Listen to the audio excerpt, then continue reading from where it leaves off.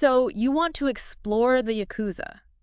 Buckle up, because we're diving into a world of mystery, tradition, and organized crime like you've never seen before. We checked out those YouTube videos you sent over, and their history is anything but straightforward. Yeah, it's true. You can't exactly pin the Yakuza down to one neat origin story. Ooh, how many are we talking about? Try four. Four! Okay, now you've got me intrigued. That's a lot of origin stories, even for a group with such a long history. Right. And each one is more interesting than the last. First, you've got the Kabukimono, these samurai rebels with a flair for the dramatic.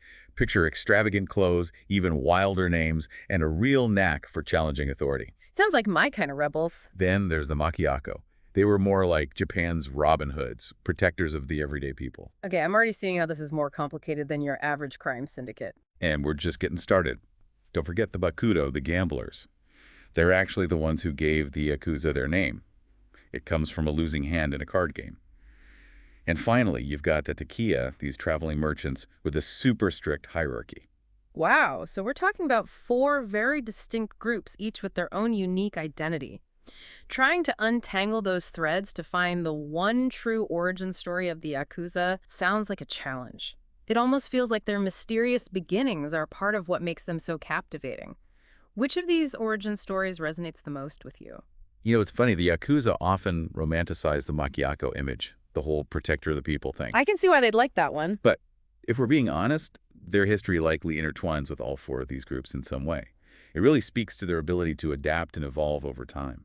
It's like they've woven themselves so tightly into the story of Japan that it's almost impossible to separate fact from fiction. And speaking of things that are hard to miss, we have got to talk about those tattoos. I mean, they're practically synonymous with the Yakuza, but I'm guessing they weren't always seen as a badge of honor. Not a chance. Imagine a society where tattoos were a mark of shame, a sign that you were an outcast.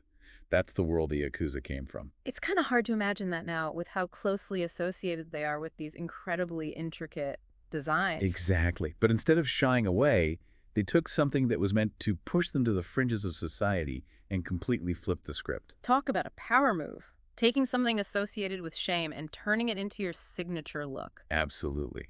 These elaborate designs became this powerful statement, a way to show their courage, their identity. They even saw it as an art form, turning a negative into something uniquely their own. You've got to admit, there's something about those tattoos. They send chills down your spine when you think about the sheer commitment and symbolism woven into every detail. Yeah, no kidding. And speaking of intense, we can't gloss over the yubitsume, the ritual of severing fingers.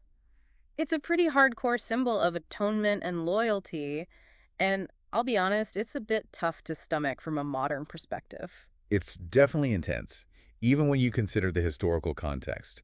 This practice actually started with the Bakudo, where they believed that cutting off a finger weakened a swordsman's grip. But when this practice entered the Yakuza structure, it took on a whole new meaning. It's deeply connected to that Oyabun-Koban relationship, which is at the core of their entire organization. Right. The Oyabun and Koban thing, for those of us who aren't Yakuza experts, it's not as simple as a boss and their underlings, right? You got it. It's much deeper than that. Think of it more like a parent-child relationship. Okay. I'm starting to see where the loyalty element comes in. Exactly. It's a system of obligation and respect, but it runs much deeper than just a typical hierarchy. It's deeply ingrained in Japanese culture as a whole. But the Yakuza, they've definitely given it their own spin. So we're talking about a system where the Kobun owes their Oyabun unwavering loyalty. They're willing to take the fall for them, even go to prison to protect their Oyabun. That's the general idea. And in exchange, the Oyabun offers protection, guidance, and a sense of belonging. Precisely. It's like this unspoken agreement, this bond that shapes their lives and everything they do. You could say that. And here's where it gets really interesting, right? This whole loyalty system they've built within their ranks, it doesn't just stay internal. It actually played a surprising role in their interactions with the outside world, particularly in the realm of politics. It's true. Their history is super intertwined with Japan's political landscape. Yeah. For example, the Yakuza found common ground with some powerful figures, like Mitsuru Toyama. Toyama. That name rings a bell. Didn't he have some pretty strong opinions about the government? You could say that. He was a staunch ultra-nationalist, believed in Japan's superiority, and wasn't afraid to go up against the government. Sounds like a bit of a renegade. What's his story? Well, he idolized the samurai, even led a rebellion against the Meiji government back in the day. Whoa. Now that's a story for another deep dive. It really is. He ends up in prison, becomes this folk hero, and then goes on to form this whole nationalist federation. And who does he team up with? You guessed it. Former Bakudo and Takia members. Talk about a life story ripped from the headlines. It really makes you think about the blurry lines between crime and politics, especially during those times. But their political ties didn't end there, did they? No way, this was just the beginning. It set the stage for decades of influence behind the scenes. You had figures like Yoshio Kodama coming out of the chaos after World War II. Okay, tell me more about this Kodama character. He sounds like a major player. He was a master manipulator, let me tell you. Use his wealth and Yakuza connections to silence anyone who disagreed with him. He targeted communists and even got chummy with American intelligence agencies during the Cold War. Wait, hold on. Are we talking about the CIA secretly funding these ultranationalists with the Yakuza caught in the middle? Now that's some next level intrigue. You got it. It's a part of history people don't often talk about. And all of this is happening while Japan is trying to pick itself up after World War II. That's a lot to process. So the Yakuza are navigating this complex political landscape while Japan is in recovery mode. What did that look like day to day? Were they just calling the shots from the shadows, or were they more hands-on? It's mind-blowing to think about. The Yakuza operating in that post-war Japan. Like, there they are as the country is rebuilding, trying to figure out what comes next. And figuring out what came next for the Yakuza meant getting creative.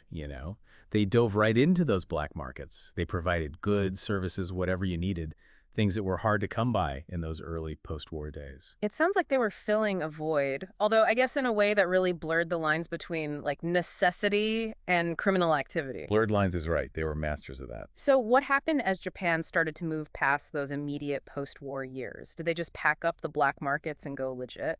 Oh, if only it were that easy. As Japan's economy started booming, the Yakuza saw a chance to cash in. But not exactly by following the rules.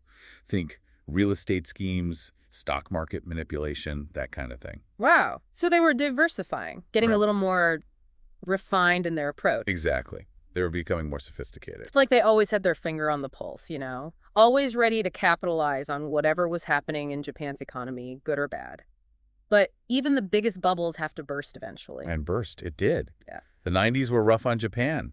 And the Yakuza, they weren't immune to the fallout. So I'm guessing this is where the anti-gang law enters the picture, the government trying to finally crack down on organized crime. It was a big turning point for sure. But like with a lot of things, there were some unintended consequences. What do you mean? Well, did it work? Did it reduce the Yakuza's numbers? To some extent, yeah.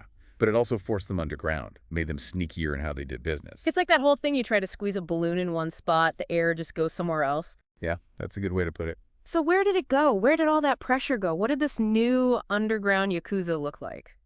Well, unfortunately, it pushed them into some even darker territory. More widespread, too. Especially globally. Okay, how so? Human trafficking, for one. They were bringing women from all over Asia with false promises, forcing them into terrible situations. That's awful. It was this dark side of globalization. And the Yakuza, they were quick to take advantage of it. It's a good reminder that the Yakuza's activities weren't limited to Japan. This wasn't just about backroom deals or local influence anymore. We're talking about exploiting vulnerable people on an international scale. That's a whole different level. And it didn't stop there. Their drug operations expanded, too, significantly. Wait, how so? We're talking meth, heroin, even trying to bring cocaine into Japan through deals with groups like the Cali Cartel. These were not small-time operations anymore. They were going global, making connections with criminal organizations all over the world. So it's about survival now. As those old ways of making money dried up, they had to find new markets, even if it meant getting involved in some really horrible stuff. You got it. Their history might be rooted in Japanese culture, but the modern Yakuza were becoming global players. They're operating on a world stage, in a web of alliances and rivalries that span continents. And when we're talking about global players, we can't forget the Yamaguchi-gumi. They've been a recurring theme throughout our whole conversation, the biggest, most powerful family in the whole Yakuza world. They're basically